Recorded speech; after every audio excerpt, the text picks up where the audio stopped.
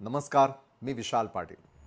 दिल्लीच्या रस्त्यांवर भीतीचा धूर अजूनही कमी झालेला दिसून येत नाही आणि त्याच वेळी एक नवा व्हिडिओ समोर येतो जो काहीतरी मोठं सांगून जातो. या स्फोटामागे नेमकं कोण आहे आणि या प्रकरणाचं आंतरराष्ट्रीय कनेक्शन नेमकं काय आहे? सुरक्षा यंत्रणा अलर्टवर आहेत, तर दुसरीकडे अमरावतीच्या पंचवटी चौकामध्ये वातावरण तापलंय. आय लव्ह मोहम्मद नंतर आता झळकलेले आहेत इस्लामिक इन्फॉर्मेशन सेंटर महाराष्ट्राचे बॅनर्स. विचारा इस्लामाविषयी या वाक्यानं शहरामध्ये नव्या चर्चांना उधाण आणलेलं आहे. दरम्यान राजकारणाच्या पलीकडे एक अनोखं निवेदन अकोल्यातून समोर आलेलं आहे. लग्न करून द्या असं थेट शरद पवार यांना पत्र लिहिण्यात आलंय. एका 34 वर्षीय तरुणानं ते पत्र पाठवलंय. राज्यभर ही बातमी चर्चेत आहे. दरम्यान आध्यात्मिक विश्वातही हालचाली सुरू आहेत. इंदुरीकर महाराज कीर्तन सोडणार आहेत का, हा प्रश्न सध्या त्यांच्या चाहत्यांच्या मनात निर्माण झालाय. दुसऱ्या बाजूला महासत्ता अमेरिकेमध्ये शटडाऊनच्या अंधारातून बाहेर पडताना दिसतोय. मात्र ट्रम्प यांच्या सहीनंतर त्या ठिकाणचं शटडाऊन संपुष्टात आलंय. भारतापासून अमेरिकेपर्यंत काय आहेत आजच्या महत्त्वाच्या घडामोडी पाहूयात आजच्या न्यूज प्लॅनेटच्या माध्यमातून. चला तर मग आजच्या पहिल्या विषयाला सुरुवात करूया. दिल्लीमध्ये झालेल्या कार स्फोटाचा नवा व्हिडिओ समोर आलेला आहे. या स्फोटामध्ये आतापर्यंत 13 जणांचा मृत्यू झालाय, तर 25हून अधिक जण यामध्ये जखमी झाले आहेत. ह्युंदाई i20 या कारमधल्या स्फोटकांसह हा स्फोट घडवून आणण्यात आला. ही घटना दहशतवादी हल्ला असल्याचं केंद्रीय मंत्रिमंडळातील बैठकीत सांगण्यात आलं आणि निषेधाचा ठरावही मंजूर करण्यात आला. गेल्या 2 दिवसांमध्ये तपास यंत्रणांनी स्फोटाचे धागेदोरे शोधलेले आहेत आणि यामागे काही डॉक्टर्स आहेत अशी देखील बाब समोर आलेली आहे. दरम्यान दिल्लीमधील लाल किल्ल्याजवळील कार स्फोट प्रकरणामध्ये मोठा खुलासा झालाय. दहशतवादी डॉक्टर मोहम्मद उमरनंच गाडीमध्ये स्वतःला उडवल्याचं DNA तपासातून स्पष्ट झालंय. सोमवारी सायंकाळी लाल किल्ल्याजवळ स्फोट झाला, ज्यात उमरसह 12 जणांचा मृत्यू झाला. उमरच्या आईचा DNA नमुना आणि घटनास्थळी सापडलेले अवशेष जुळले आहेत. पोलिसांच्या हाती स्वतःचा मागोवा लागू नये म्हणून उमरनं स्फोट घडवल्याची शक्यता तपासात पुढे आली आहे. तो स्फोटकांसह दिल्लीतील मयूर विहार, फरीदाबाद आणि कॅनॉट प्लेस परिसरामध्ये फिरत होता आणि अखेर लाल किल्ला परिसरात स्फोट घडवला गेला. तर समोर येणाऱ्या बातम्यांनुसार आणखी काही धक्कादायक खुलासे होताना दिसतात. अटकेमध्ये असलेल्या डॉक्टर मुझम्मिलनं जानेवारीमध्ये लाल किल्ला परिसराची अनेकदा रेकी केल्याचं कळत आहे. पोलिसांनी केलेल्या तपासातून ही माहिती समोर येताना दिसतेय. या दहशतवाद्यांनी 26 जानेवारी रोजी लाल किल्ल्याला लक्ष्य करण्याची योजना आखली आणि त्यासाठीच मुझम्मिल आणि त्याच्या साथीदारांनी लाल किल्ल्याची रेकी केल्याचं समजतंय. मात्र कडक बंदोबस्तामुळे त्यांना त्यांची योजना अंमलात आणता आली नाही. तर डॉक्टर मुझम्मिलच्या साहित्यातून काही नवे खुलासे झालेले आहेत. त्याच्या खोलीमधून मिळालेल्या डायरी आणि वहीमधून हे दहशतवादी मॉड्यूल बऱ्याच दिवसांपासून भारतामध्ये मोठी कारवाई करण्याच्या तयारीत होते असं स्पष्ट होत आहे. बरं, आणि या डायरीतून मिळालेल्या माहितीवरून असं देखील दिसून येत आहे की एक आखलेलं कटक कारस्थान होतं. डॉक्टर मुझम्मिलच्या या डायरीतील नोंदीच्या साह्यानं दिल्ली स्फोटाशी संबंधित अनेक प्रश्नांची उत्तरं मिळण्याची शक्यता आहे. तर दिल्लीमधील या स्फोटानंतर तपास जोरात सुरू आहे. पोलीस आणि तपास यंत्रणा आरोपींचा मागावा घेत असून अटकेमध्ये असलेल्या दोघांची चौकशी केली जाते.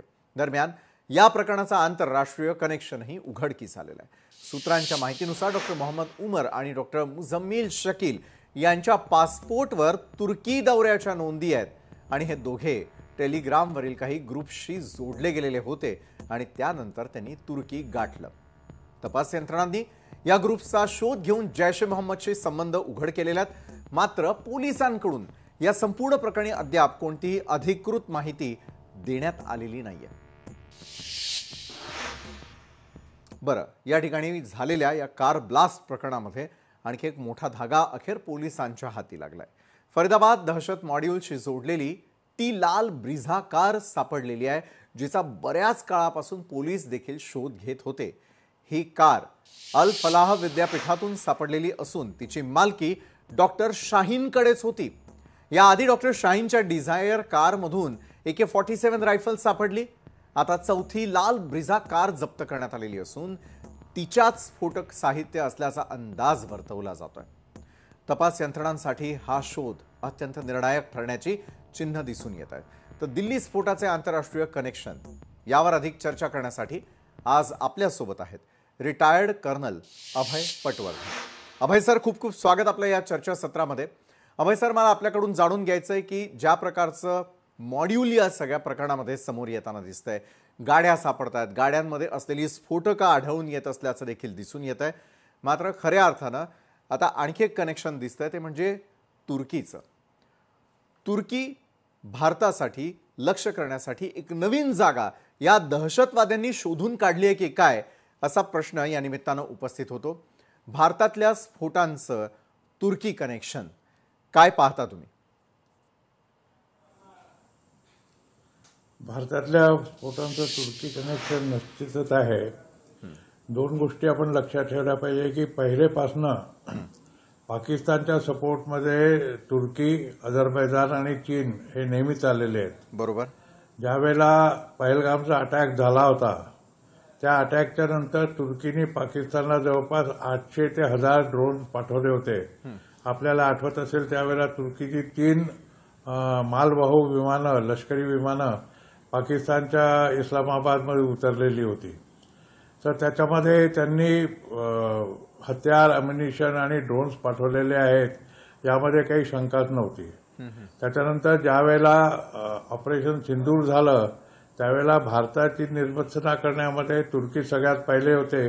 त्याच्यानंतर अझरबैजाननी उघड निंदा केली आणि चीननी आपल्याला थोडक्या शब्दात सांगितलं, पण त्यांनी उघड निंदा जरी नसती केली तरी दोघांनी प्रश्न आपले सोडवावे असं त्यांनी सांगितलं. तर तुर्किस्तानचं एक जुनं स्वप्न आहे की इजिप्तपासनं ते मलेशियापर्यंत, फिलिपिन्स मलेशियापर्यंत एक पॅन इस्लामिक स्टेट निर्माण करायचं. जुनं जे पॅन इस्लामिक स्टेट होतं ते त्यांना करायचं आहे आणि त्याच्याकरता ते लीड घेतात आहेत आणि त्या लीडच्या अनुसार त्यांनी हे काम केलेलं आहे. आणि हे जे हे आहेत, आयसिस सध्या जे काम करत आहे ते तुर्किस्तानमधनं करत आहे, कारण अफगाणिस्तानमधनं त्यांना काढण्यात आलेलं आहे. त्यामुळे सध्या जे JNKमध्ये त्यांनी सांगितलं की ISI पाकिस्तानचं आणि आयसिस खोसरन या दोघांनी काश्मीरच्या दहशतवादी संघटनांना निर्देश दिले होते की सगळ्यांनी एकत्र एका छत्राखाली लढायचं आणि काश्मीर आणि उर्वरित भारतामध्ये उत्पात माजवायचा. त्याप्रमाणे हे मॉडेल कार्यरत झालेलं आहे असा माझा अंदाज आहे. बरोबर आहे अभय सर. आणखी एक महत्त्वाचं म्हणजे आज ज्या प्रकारचे काही CCTV फुटेज समोर आले, अगदी काही क्षणामध्ये त्या ठिकाणचं म्हणजे दिल्लीत ज्या ठिकाणी हा स्फोट घडलेला आहे तिथलं चित्र लगेचच पालटल्याचंही समोर आलेलं होतं. म्हणजे इतका मोठा चौक आहे, ज्या चौकामध्ये फार मोठ्या प्रमाणात गाड्या उभ्या आहेत आणि अचानकपणे स्फोट घडतो. स्फोट घडत असताना स्वतःचा मागमूस लागू नये, पोलिसांना तपासासाठी आपण मिळू नये, त्यासाठी एक्सप्लोझिव्ह गाडीमध्ये स्वतःलाच किंवा स्वतःचा खात्मा करून घेणं हे उमर्द केल्याचं आता स्पष्ट होताना दिसतंय. त्याची DNA चाचणी करण्यात आलेली आहे आणि त्यातूनही आता स्पष्ट झालेलं आहे कुठल्या कुटुंबाशी निगडीत आहे. आईशी असलेली DNA देखील मॅच झालेल्या आहेत.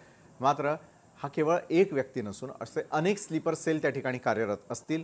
इतर ठिकाणी जर असेच कुणी दहशत माजवण्यासाठी फिरत असतील, किती मोठं आव्हान यावेळेला यंत्रणांसमोर आहे आणि अजूनही आपण सुरक्षित आहोत की अलर्ट मोडवरती राहणं गरजेचं आहे?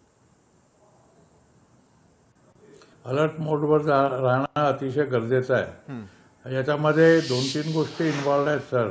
पहिली गोष्ट अशी आहे की हे जे 5 डॉक्टर पकडल्या गेलेले आहेत यांचं एक काश्मीर कनेक्शन आहे. ते म्हणजे 6च्या 6 लोक हे पुलवामामध्ये शिकलेले आहेत. काही लोक चीनमध्ये ट्रेनिंग घेऊन आलेले आहेत, आपली पोस्ट ग्रॅज्युएशन तिथे करून आलेले आहेत. काही लोकांनी मेडिकल तिथे केलेली आहे.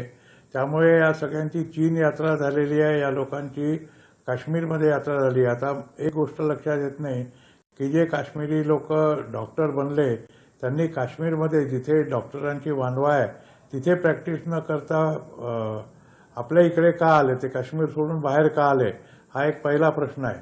दुसरा प्रश्न असा आहे की यांना जो ट्रेनिंग देणारा मौलवी होता त्या मौलवीला सुद्धा सध्या तो NIAच्या हातामध्ये आहे आणि त्याची सुद्धा चौकशी चालू आहे. तर याचा अर्थ असा की हा एक स्लीपर सेल त्यांनी तयार केला आणि यावेळेला त्यांनी डॉक्टर का निवडले, कारण डॉक्टरांच्याकडे कोणी पाहत नाही, ते त्यांना देवदूत मानतात, त्याच्यामुळे त्यांच्यावर शंका घेण्याचा काही प्रश्न येत नाही की हे स्लीपर सेलचे प्रमुख असतील म्हणून. तिसरी गोष्ट अशी आहे की ही जी मॉड्यूल उघडकीला आलेला आहे याचे धागेदोरे श्रीनगरमध्ये होते. श्रीनगरच्या एसपीनी आपल्या पेट्रोलिंगमध्ये 3-4 पोस्टर्स पाहिले. त्या पोस्टर्स करता त्यांनी सीसीटीव्ही कॅमेरे चेक केले. त्याच्यामध्ये एक माणूस आढळला, त्याला त्यांनी पकडलं, त्याची इंट्रॉगेशन केली. तिथपासून हे सुरू झालं. त्यांनी सहारनपूरला गेला, आपल्याला त्या सहारनपूरमध्ये डॉक्टर पकडला गेला. त्यांनी सांगितलं की तुम्ही दिल्लीला जा, फरीदाबादमध्येही आहे, तर तिथेही त्यांनी केलं सगळं. त्याच्यामुळे हा जो प्रश्न आहे हा 3 स्टेटमध्ये आलेला आहे, जम्मू काश्मीर, हरियाणा, दिल्ली आणि उत्तर प्रदेश. तर याच्यामध्ये झालेलं आहे. बरं, दुसरं जिथे ते पकडल्या गेलं तिथे जवळपास 2900 किलोचं अमोनियम नायट्रेट मिळालेलं आहे. त्याच्यानंतर तिथे एक पिस्टल आणि त्याचे 8 गोळ्या मिळालेल्या आहेत.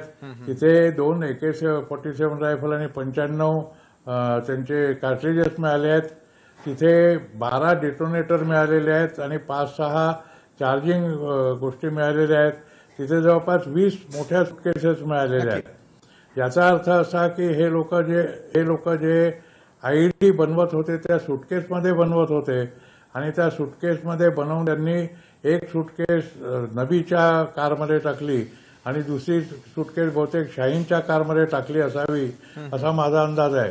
आता या सुटकेसमध्ये भरल्यानंतर त्याला डेटोनेटरनी उघडल्यावर गॅस निर्माण होतो. तो गॅस प्रचंड मोठ्या प्रमाणाने वेगाने आवाजाच्या जवळपास दुप्पट वेगाने तो प्रवास करतो आणि स्फोट झाल्यानंतर तिथे हानी निर्माण होते. नक्कीच. तर हानी झाल्यानंतर त्याच्यामुळे हे झालं.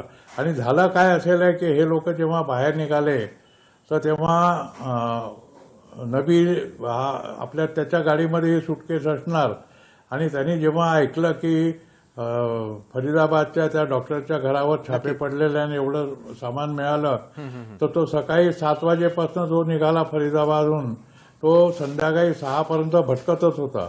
काही वेळ तो लाल किल्ल्यात येते, मस्जिदीमध्ये 3-4 तास थांबला जवळपास असेही म्हणतात आहेत. त्यामुळे तो सगळा अंदाज घेत असणार. आणि दिल्लीमध्ये असं आहे की प्रत्येक रेस्टॉरंटमध्ये तिथे TV असतो. त्यामुळे त्या मस्जिदीपाशी जे काही रेस्टॉरंट असतील तिथे त्यांनी ही पूर्ण कंडिशन पाहिली असेल. शेवटी त्याच्या लक्षात आलं की 12 तासाच्या आतमध्ये पोलिसांनी जवळपास 4 डॉक्टरांना अटक केलेली आहे. तर आता आपलाही नंबर लागेल. तर असं करण्याकरता तो बाहेर निघाला आणि शेवटी पकडल्या जाण्यापेक्षा 72 हुरांना भेटण्याकरता जन्नतमध्ये जाणं चांगलं म्हणून त्यांनी आत्मघाती स्फोट केला असा माझा अंदाज आहे. बरोबर आहे अभय सर. अगदी मुद्देसूद तुम्ही या सगळ्या गोष्टीचं स्पष्टीकरण दिलेलं आहे, विश्लेषण केलेलं आहे खऱ्या अर्थानं. धन्यवाद तुम्ही आमच्यासोबत जोडला गेलात त्यासाठी. दिल्लीमध्ये घडलेल्या संपूर्ण घटनेसंदर्भातले रोज नवीन कनेक्शन समोर येत असल्याचं दिसतंय. कधी ते कनेक्शन हे ठाण्यापर्यंत येऊन पोहोचताना दिसतंय तर तेच कनेक्शन कधीतरी दिल्ली आणि दिल्लीच्या आसपास असलेल्या परिसरामध्ये अजूनही म्हणजे फरीदाबाद असेल, डॉक्टर्स असतील, डॉक्टरांशी संबंधित असलेले त्यांचे इतर नातेवाईक असतील तिथपर्यंत जाऊन पोहोचत असल्याचं दिसतंय. लोकशाही मराठी ऐका, पहा, जागरूक रहा.